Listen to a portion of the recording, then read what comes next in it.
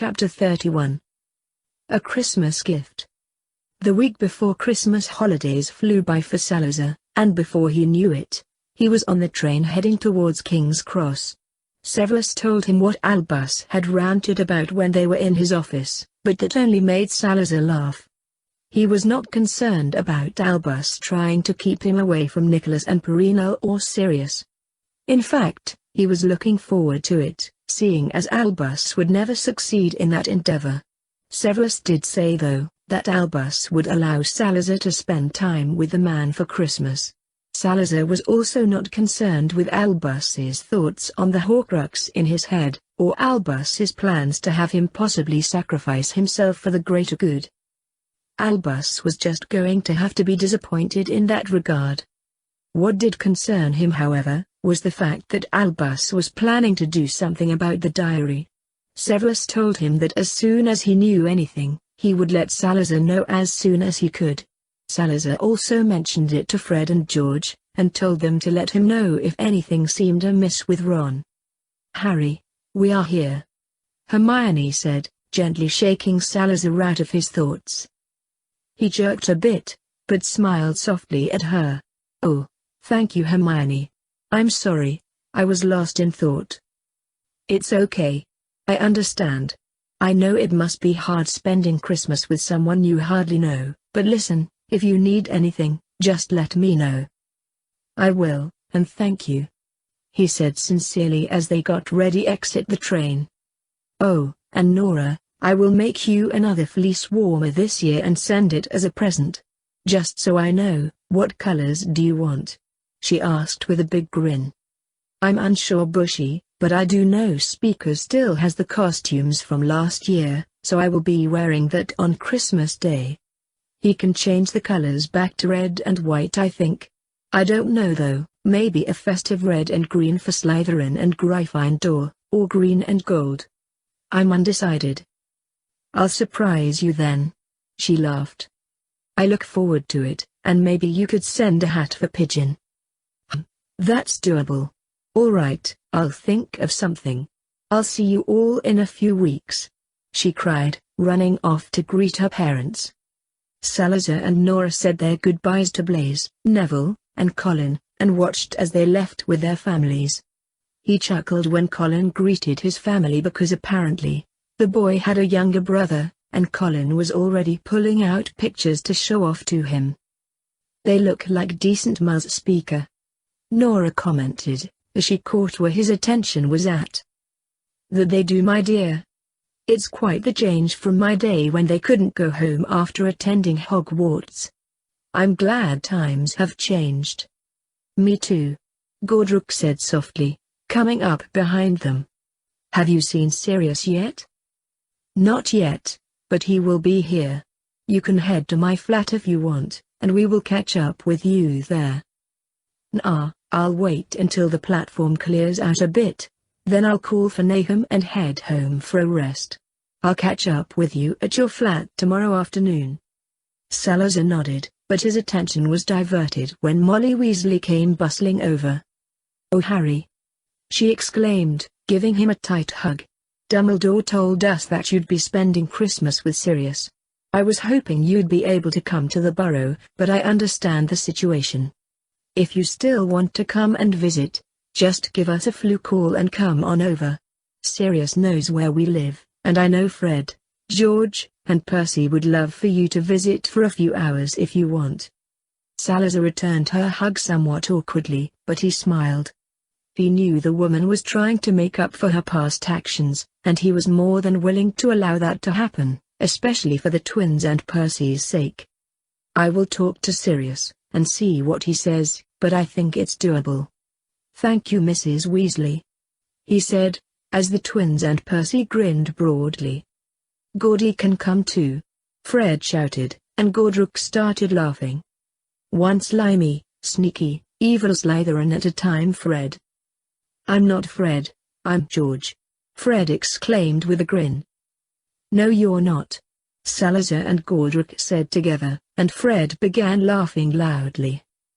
Molly though, looked at Godric closely and seemed a little unsure of him coming over for a visit. "Well, That is until a certain hypermole-born came rushing over. "Gordy, Harry. You're still here. Good. Hey, is it okay for my brother to see Nahum? I just showed him a picture of him and told him what a phoenix was. Is it okay? Please. Oh, Mum and Dad, these are my friends Gordy and Harry. They are both Slytherins, and this is Fred, George, and Percy. They're all Gryffindors like me. I told you all about them in my letters. Please Gordy," Colin said in a great rush that sent Salazar's head spinning. "I thought you had left already, Colin," Godric said with an amused smile. "Oh no," Mrs. Creevy said with a chuckle. "We had to stop and look at pictures. I couldn't believe half of what Colin said was true, so I'm afraid all the picture taking was because of me." "It's all right. Colin has been keeping us guessing at how many pictures he has actually taken." Godric laughed. "Can they see Nahum? Please, please. They don't believe that a phoenix is real." Godric chuckled and nodded. "I suppose. Nahum," he called out loudly, and the phoenix appeared in a brilliant burst of flames that startled the three other Creeveys. "Wicked!" Dennis, Colin's little brother, cried. "See Mum. I told you. Can I get a picture Gordy?" Salazar, Fred, George, and Percy burst out laughing, and sure enough, Colin whipped out his camera and snapped a picture before anyone realized it. Godric didn't care though. He always found joy in the overexcited lad, and was always amused by his actions. Godric whispered something to Nahum though, and Salazar looked at him oddly when the phoenix landed lightly on Colin's shoulder and began lifting him up in the air. The Creevey's eyes widened, but his little brother stood there open-mouthed, while Colin laughed loudly. "He's really strong, Mum," Colin cried, as Nahum set the boy back down. "Well, I do think we stand corrected on the existence of phoenixes," Mr. Creevey said with a smile. "But boys, I think it's time we head home. I hope you don't think we were being too forward." "Not at all," Salazar said with a smile.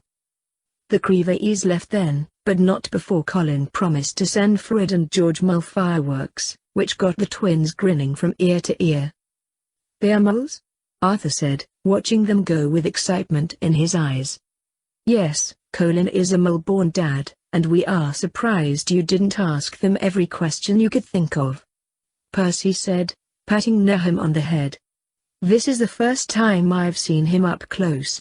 The only other time was when I saw him at the Quidditch match when the Dementors attacked." "Oh, those nasty things," Molly said with a shiver, but then she turned to Godric and smiled. "I suppose, if it's all right with your parents, that you could also join us sometime this holiday, Gordy. The twins have mentioned you in their letters as well." "I look forward to it, Mrs. Weasley," Godric said with a grin. "But I must be going. Nahum is my way home.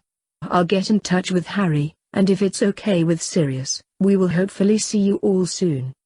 "All right," Molly said with a smile, as she watched Godric and Nahum disappear. "Can we go now?" Ron asked irritably, as he stood off to the side and glared at everyone. "Or are we going to stand around all day fawning over Slytherins?" He spat. Salazar resisted the urge to roll his eyes, but at that moment, Sirius arrived and ran over to them. "Sorry I'm late," he said somewhat breathlessly. "It's all right, Sirius," George said with a grin. "We were having fun discussing plans for Christmas. Will you let Harry come over and visit?" Salazar grinned at him. "It would be fun. I suppose we can work something out. Molly, it's good to see you again, and we will let you know."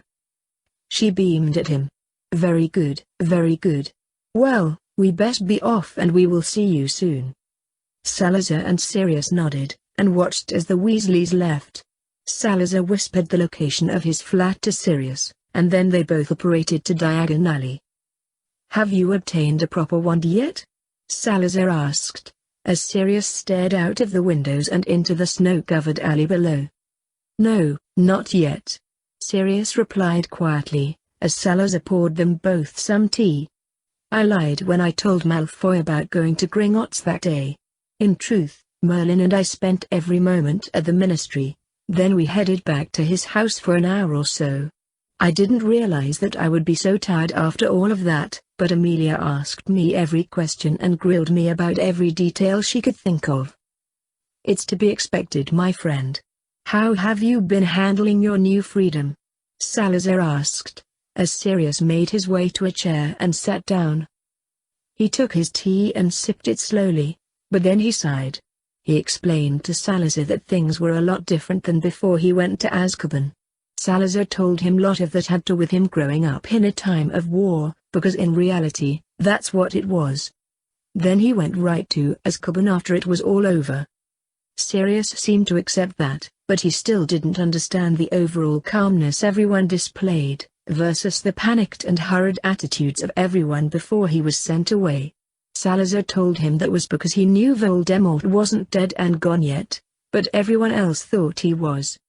He also told Sirius it would take time to readjust to everyday life and that in order to do that, he needed to get out and about more and that he couldn't hide at Merlin's forever. I know. Sirius sighed, as he finished his tea. But it's hard to do. Remus is at Hogwarts now, and James and Lily are wherever they are. All my friends that I had before are dead. What about family? Salazar asked. Sirius seemed to pause a moment, and then he smiled. I do have a cousin, Andromeda, who was always kind to me.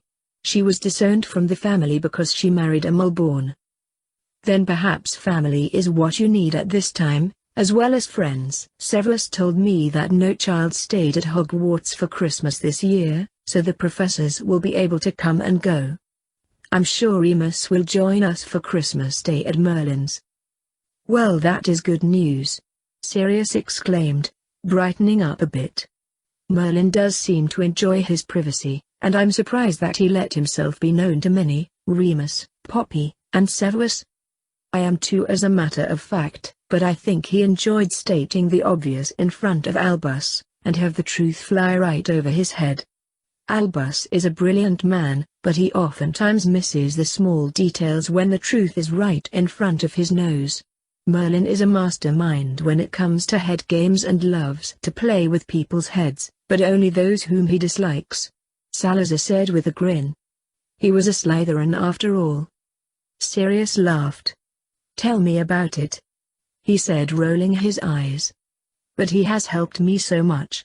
I can't imagine what state I'd be in if it wasn't for him. I'm just glad he was able to help, Salazar said with a nod. You as well, Sirius said, suddenly growing quiet. I haven't thanked you properly yet, Salazar, so I will do it now. Thank you for everything, and I don't just mean all that you have done for me, but James, Lily, and Harry as well. Merlin told me everything, and I understand why it had to be kept a secret. Not to mention, because of the time frame it all happened in. Well, things would have been different if I hadn't lost my memories that night, Salazar said with a sigh. I certainly wouldn't have let you go to Azkaban though. Peter's betrayal would have been well known. I just wish you hadn't endured that prison for all those years. I blame Albus, Sirius said with a scowl. Remus knew. He told me. He knew that something wasn't right with it all, and Remus said he told Albus many times to get me a trial, but he wouldn't. Albus has a lot to answer for one day, and he will, but for now we need him around. No one knows more about Voldemort than he does, and we will need his help before it's all over. And in the meantime? Sirius asked. Salazar gave him an evil smug smirk. We keep him in line. Sirius grinned. I like the sound of that. The rest of the evening was spent quietly talking about different things. Salazar told Sirius that even though he hadn't really done it, he should look into getting Bellatrix removed from the family, seeing as that would cut her off from the Black Fortune. It would take more than just blasting someone off the family tree to truly disown them. A trip to Gringotts was planned for the next day, as well as a trip to Ollivander's so that Sirius could finally purchase a wand. Despite its lavish decor and many lit fireplaces, Malfoy Manor was a cold place. One could argue that this was because of its pristine condition and because the house radiated a "don't touch that" atmosphere, but another could argue its coldness radiated from the occupants themselves. As the family sat down to dinner in their dining room and waited to be served, one little elf whimpered nervously as he kept listening in on the family's conversation. "Draco, are you sure Sirius said that?" Narcissa asked nervously as her eyes darted towards her scowling husband. "I am Mother," Draco replied. "The blood traitor threatened our very way of life, and in front of Potter too." That seemed to get Lucius's attention, and a look of amusement flickered across his face. "Is that so?" he asked, and Draco nodded. "I should have hexed him," the boy whined. "Well, I suspect Black is in for a rude shock one day where Potter is concerned, but if he tries to do what he threatened, I'll kill him." Lucius smirked, as he shot Narcissa a knowing glance. "But tell me, Draco, how have things been at school? You haven't written many letters home this year, even though your mother has instructed you to." "I know, and I'm sorry about that, Father, but the professors keep us really busy. The work is harder this year, and I spend most of my time trying to best the mudblood in all my classes." "Yes, it's a shame that they let that trash attend Hogwarts," Narcissa said, wrinkling her nose. "But I do want you to outdo her, Draco. It's unbecoming having someone of your status fall behind such filth." Draco glared at her. "I will, Mother." "See that you do," Lucius replied, looking at his son sharply. "But tell me, Draco, has anything out of the ordinary been happening? Anything at all?" Draco thought for a moment. "Well, there was this one time around Halloween when someone let loose a giant snake. One girl, a Pollard Ravenclaw, got petrified, but she's all right now. The whole school thought Potter had opened the Chamber of Secrets. Apparently Salazar Slytherin himself built it and placed the giant snake in there to rid the school of Muggleborns, but that turned out not to be true." Lucius furrowed his brow. "How do you mean?" "Last year Potter found a book in the common room written by Salazar Slytherin himself, and it said that Slytherin placed the giant snake down there to protect the school from attacking muggles. Everyone thought Potter did it because he's a Parselmouth." "Do people still think that way?" Narcissa asked, as the food was served and they began to eat. "No," Draco said with a scowl. "Potter and his friends pranked the entire school. He made fun of the fact that everyone thought he was Slytherin's heir, and all his mudblood and blood traitor friends called him Salazar for nearly 3 weeks. Then they pulled another prank and brought the giant snake into the Great Hall during dinner. It turned out to be a pink and polka-dotted bedsheet draped over Longbottom, Ruffin, and Zabini's head," he said with a scowl, but then he smirked. "Professor Snape took care of them though." "Potter played a prank?" Lucius asked with a raised eyebrow. "And he is still friends with the mudblood and all of those blood traitors?" "Yes, sir. I thought you knew that," Draco asked, giving his father a confused look. "Eat your dinner, Draco," Narcissa said, casting a glance at her husband. "And thank you for telling us this." "You're welcome, Mother," he said with a smile. Dobby continued to whimper and watch the family as they ate. Nothing else was said at dinner, but that didn't mean that the little elf wasn't still listening. As Narcissa and Lucius settled into bed that evening, the conversation began again, only this time, more was said. "I think we have been wrong, Narcissa," Lucius said, nearly growling at the very thought of him being wrong about something. "It seems we have. I cannot see the Dark Lord putting up with such filth for very long, and playing pranks of all things." "You're right, my dear, and I am so glad that I followed your advice last year. I'm so glad we didn't babble about Potter being the Dark Lord. We must inform Severus of this though." "What about the diary?" she asked nervously. If Dumbledore finds it, there is no way he can trace it back to us. However, this does pose a problem. If the Dark Lord ever finds out that it is gone, and possibly destroyed, It could mean my death. I told you, you shouldn't have done it, she hissed. I know, my dear, he said nervously. But I did it to not only help us politically, but to also get the Dark Lord's attention. I had hoped that he would see that there were still those of us that support him. I figured he would know what was going on and praise me for it. I also thought that he would get the diary back from the Blood Traitor Weasley's son before anything could happen to it. What do we do? Narcissu asked anxiously. We wash our hands of it. With no attacks up at the school, we have nothing. We can't get Dumbledore removed, and the diary will likely be discovered and destroyed. No one can know about our involvement in it. I didn't even tell Severus about it. But why did only one attack happen? That's what I don't understand. I don't know, my dear. It's possible that the Weasley boy became afraid, or Potter was somehow able to talk to this giant snake. I admit that not even I knew what lay in the chamber, but a giant snake makes sense, and since Potter is a Parselmouth, he likely talked to it. And if the Dark Lord ever asks for the diary back? She asked with a lump in her throat. I don't know, my dear, Lucius said as he looked at his wife with fear in his eyes. I simply don't know. Dobby grinned at that point and silently did a little dance. He now had more information that he could give to Salazar. The next morning, Dobby arrived at Salazar's flat and began telling him all that he heard the night before. Salazar had to work at finding loopholes, but that didn't bother him. Dobby seemed so relieved that Salazar understood his position and was patient with him, that the little elf hugged the wizard's legs before leaving. Salazar found the whole situation amusing, but was slightly disappointed that he had lost that advantage with the Malfoys. However, he was pleased to know that they were on the right track with the diary, and that Nicholas had been right about why it ended up in the hands of Ron Weasley to begin with. A returned to adult-size Godric showed up shortly after lunch, and Sirius stared at him in awe. To Salazar, the man looked just as he did the last time he saw him, just slightly older. Godric's red bushy beard hung down a little ways past his chin, and his long shoulder-length red hair was just as untamable as Salazar remembered. Wow, you are a very large man, Sirius said with wide eyes, which made Salazar sputter his afternoon tea back into the teacup. Godric scowled at Salazar, but then grinned at Sirius.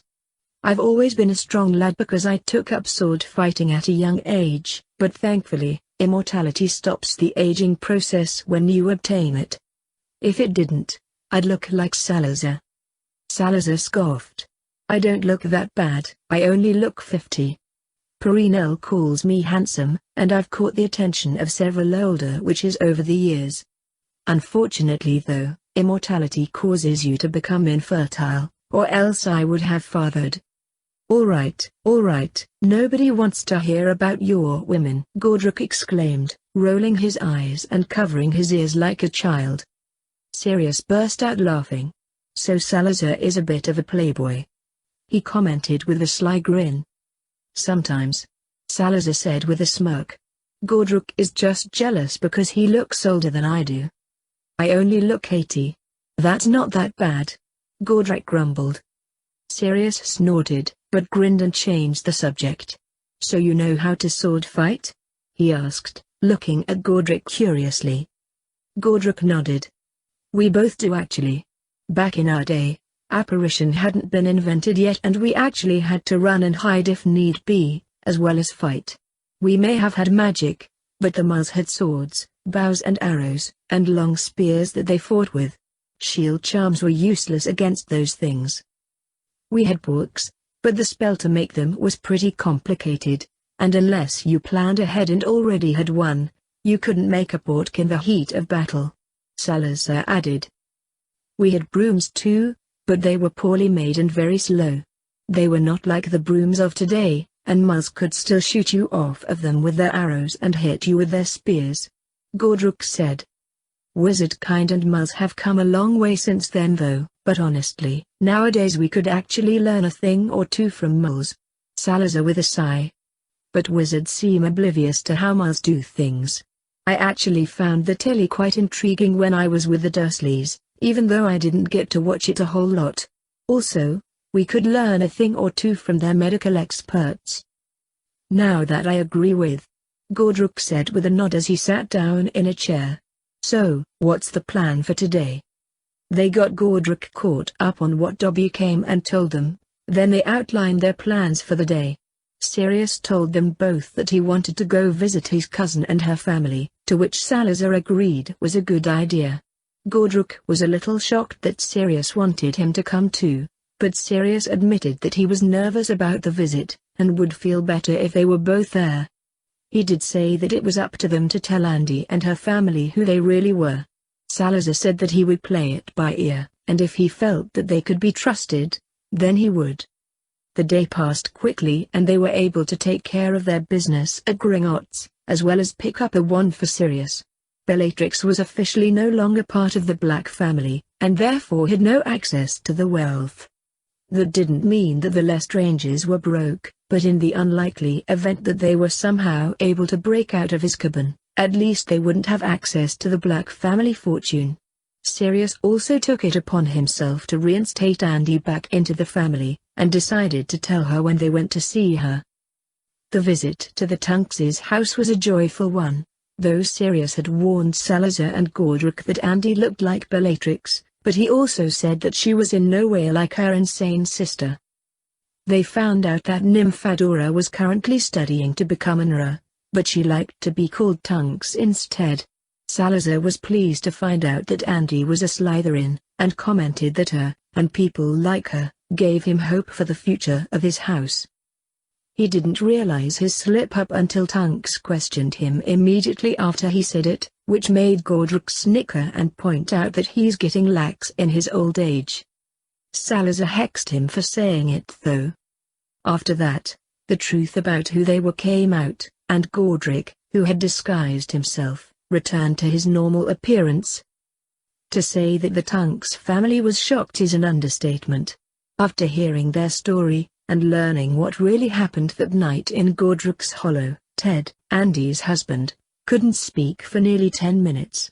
Andy started crying and apologized for things she had said about Salazar during her time in Slytherin House, and Tunks asked Gordruk every question she could think of about all kinds of things. Salazar asked them all politely to take oaths about what they had learned, and thankfully they all agreed to do so. Sirius was beside himself with happiness though, and asked Salazar to ask their friend if the Tunks could join them for Christmas, if they wanted to. Salazar said that he would contact their friend later that night and try to arrange it. When it was time for them to leave, Sirius had decided to visit with his family for a few days, which Salazar thought would be good for him. Sirius really needed it, and Salazar thought it was best for Sirius to enjoy his time getting back into the world.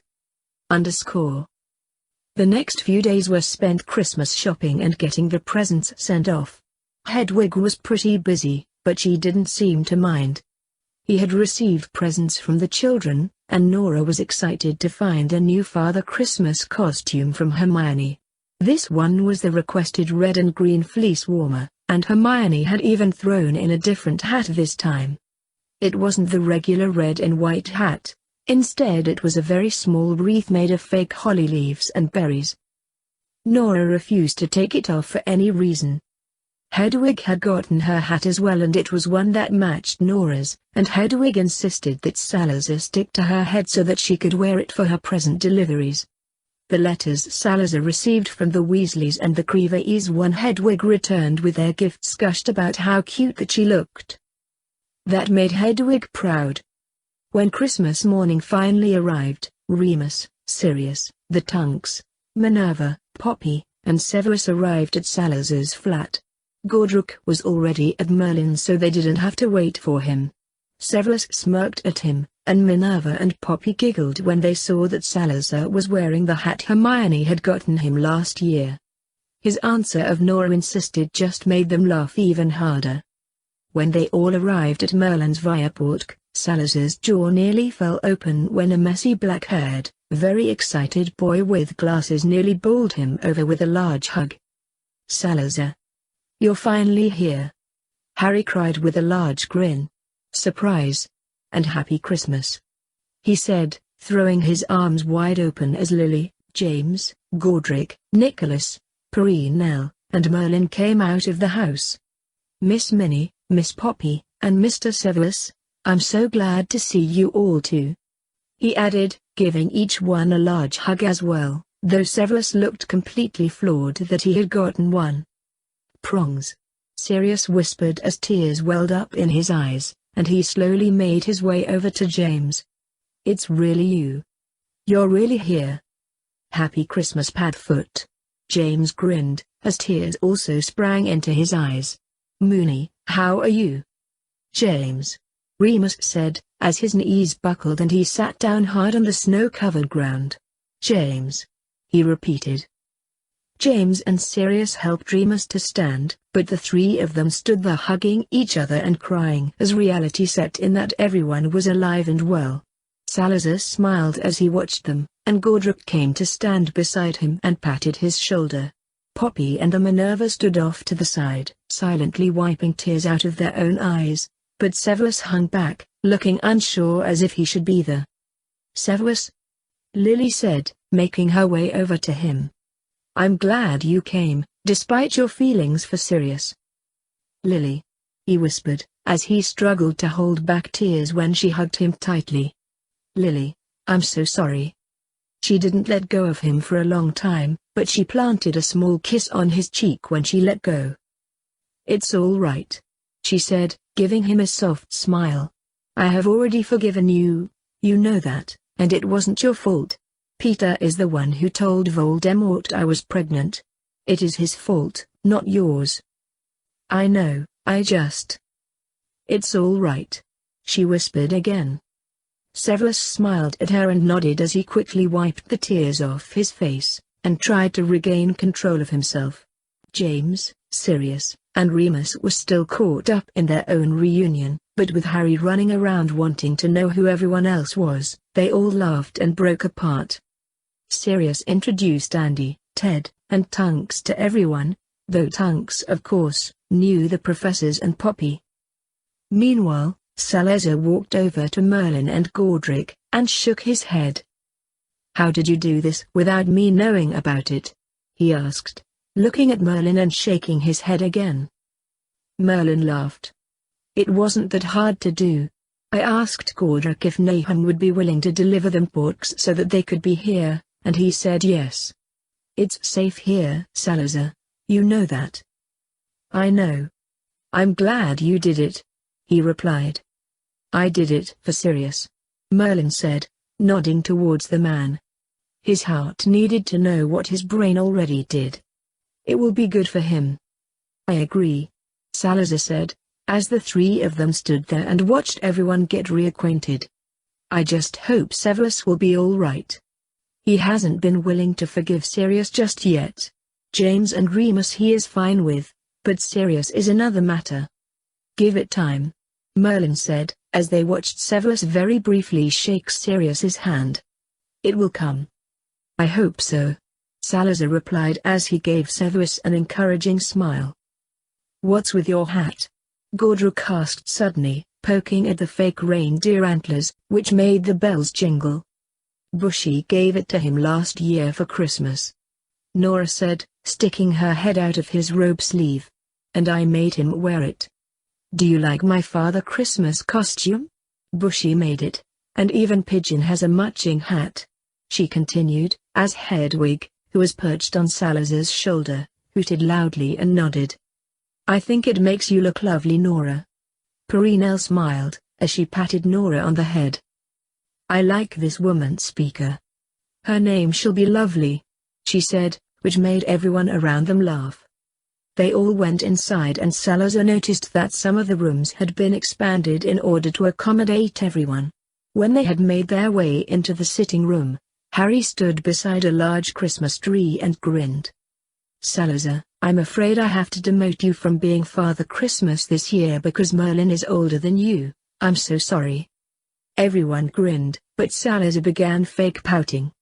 "I suppose I can live with this, Harry, but just remember that I look like you. I'm a Slytherin, and I can make you disappear," he hissed, but then he winked at Harry. "My newly found, long-lost grandpa, who is an excellent dueler from what he told me, won't let you make me disappear," Harry said with a smirk, as he folded his arms across his chest and grinned at Godric. Everyone began laughing and snorting, but Salazar glared at Godric. "I can make him disappear too." "I'd like to see you try, my friend," Godric said as his eyes took on a mischievous glint. "Well, before these two get going, I think we need to open presents," Merlin chuckled, as everyone continued to grin and laugh. Yes, presents," Harry exclaimed excitedly. "And Miss Minnie, I can assure you that Mum wouldn't allow Dad to put cat toys in your gift box this year," he added, which made everyone burst out laughing again. The better part of the morning was spent with everyone opening their gifts and carrying on long overdue face-to-face conversations. There was no tension in the air at all, and even though he didn't like the man, Severus was cordial towards Sirius. Salazar couldn't have been more proud of him. When it was time for them to have their Christmas feast, Salazar eyed the large round table as they sat down to eat in the kitchen. He lifted the tablecloth and saw the polished mahogany table underneath and raised an eyebrow at a smirking Merlin and Godric. "The round table?" he asked, leaning over and whispering to Merlin. "The round table." Merlin smiled innocently. "What did you expect? My kitchen table simply wasn't big enough. I could have enlarged it, but I think this one suits us better." Salazar chuckled. "Do you still visit that place often?" Salazar asked, glancing at him. "On occasion," Merlin said with a smile, as they began to eat. "That place holds a lot of good memories for me. Arthur was a good man, Salazar. He may have been a mole, but I miss him and our adventures dearly." "You fought wars with him, and you were his advisor," Godric pointed out. "This is true," Merlin replied, as the others' conversations flowed around them. "And I will find myself taking up that role once more, but this time it will be for you all." "You have seen something?" Godric asked, looking at him sharply. "Perhaps, but you must trust me when I say that I cannot tell you. To do so would be detrimental to the outcome," he said quietly. "Will people die?" Godric asked. "I'm afraid so," Merlin said, giving them both a painful glance. "And there is nothing we can do to stop it, but we will do our best to save as many lives as possible." "You know how much I hate divination," Salazar grumbled. "You may hate it, Salazar, and while the prophecy that concerns you may be a load of bunk, do not dismiss what I have seen." "You know that I am no fraud," Merlin replied. Salazar sighed. "I know," he said, nodding his head. "Let's not talk about this right now though. For now, let's enjoy this beautiful Christmas day." Godric and Salazar both knew from personal experience that Merlin wasn't going to say anything more about the topic, and as the day moved on, they both tried to put away this information. It did give Salazar a lot of joy to see Harry, Lily, and James, though, and he knew that because of them being here, Sirius would feel better and be much more at ease with how his life would turn out as he forward. Despite Merlin's cryptic warning, the day ended on a happy note when all of the Animagi got together to show off their animal sides. They chased Harry around for the better part of the evening, and when the sun set that night, they all sat around in the sitting room, sipping hot chocolate, and listening to stories of Hogwarts and other tales of days long gone but certainly not forgotten. It was a few days after Christmas, and it was late in the evening when a soft knock was heard echoing throughout the silent burrow.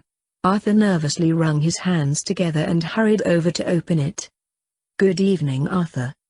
"Hello, Albus. I did as you requested and put the dreamless sleep potion that you gave me in their after-dinner pumpkin juice. Everyone is now in a deep sleep." Very good, very good. Thank you. It's best that I get in and out with no one knowing I was here," Albus said, nodding his head. "I'm worried how Ron will react to this, Albus.